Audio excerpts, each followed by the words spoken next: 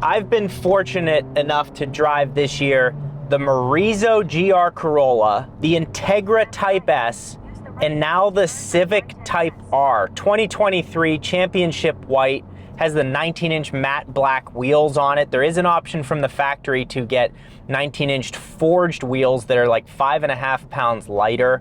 I currently have it in individual mode, meaning I've configured the car to be sporty on the throttle, but the suspension is in its most comfortable setting. The display is also in sport as opposed to R+. R+ basically just shows you a tachometer of when to shift, but we're not on the track, so don't really need that. I kind of need to see how fast I'm going. Immediate differences. This is the first mile I've driven this car, and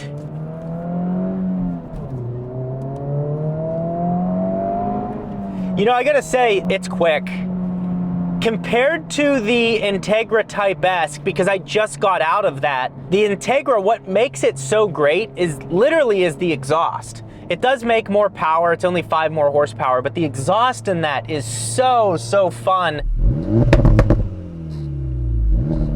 It sounds, I hate to say this, it sounds kind of like a vacuum cleaner.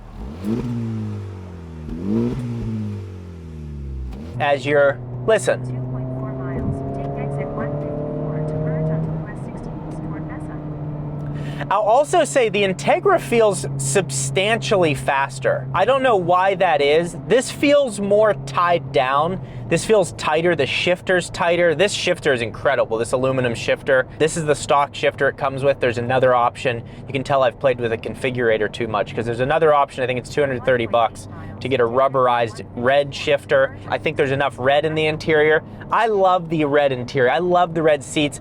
The bolsters in this are very aggressive, okay? That's gonna push some buyers away. I don't think it's rev matching. I need to go back into the settings. Because I thought I turned rev matching on. I've come to really like rev matching. I like that I know how to do it on my own. I could do it, okay? We can do it. You gotta prove it, folks.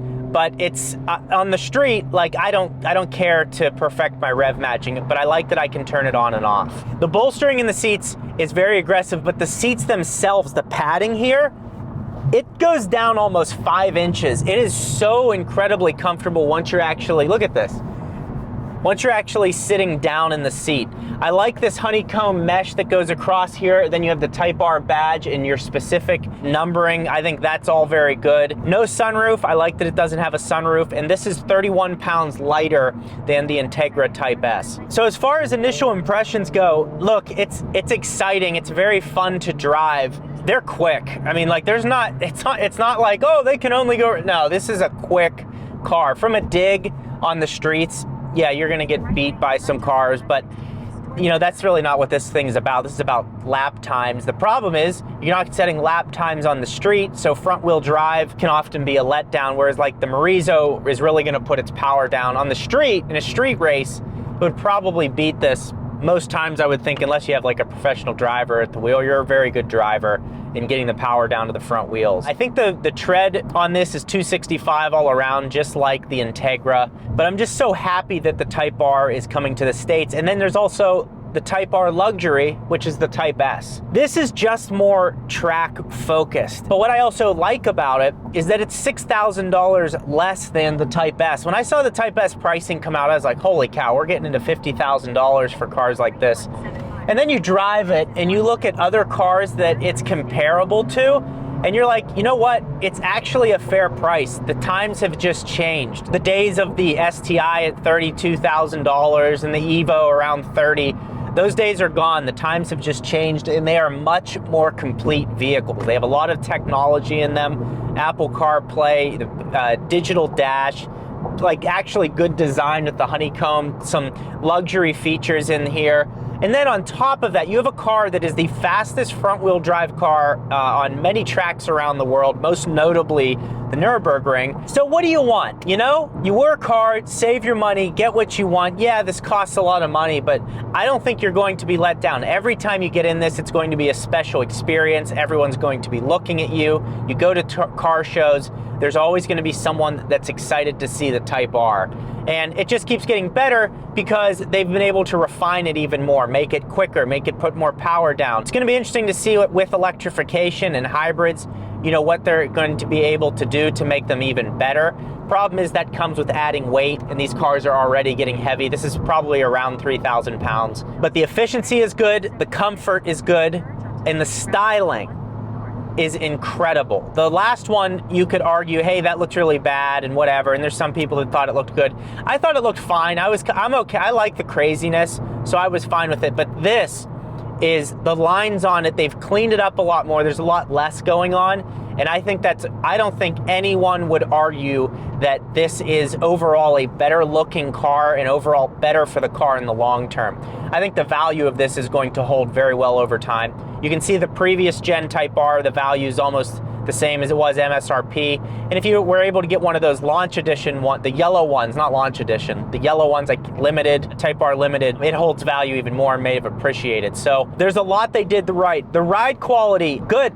I'm in comfort mode. Basically, this is a step ahead of the Type S. So the Sport Plus in this, there's no equivalent in the Type S. The Sport Plus in the Type S is the Sport in the Type R. So you can see it's just one step ahead of even that, more aggressive, again, mainly for the track. But overall, the quality of the cabin, this again has some sound deadening has been removed from it to save weight. It only saves 31 pounds, but it is, you know, it's a track focused car. But the ride quality feels good. Nice sharp turn here.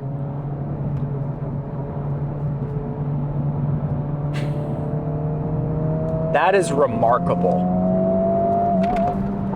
Rev limiter. That is remarkable what that feels like. Holy cow. I mean, I did that turn at like 62. Could probably have taken it at 75, 80.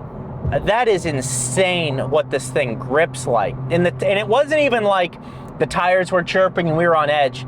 That is really impressive. So overall, this is a very usable car. I'm gonna be doing a road trip with the Type R, and if you wanna watch the road trip video, just click right here. If it's not up, then the video just hasn't been made yet, but I will be doing that, and I think you'll really enjoy it to see what's the comfort like on a road trip with a family in the car, and is there enough room? What's the efficiency like? We'll go from there. Thanks for watching.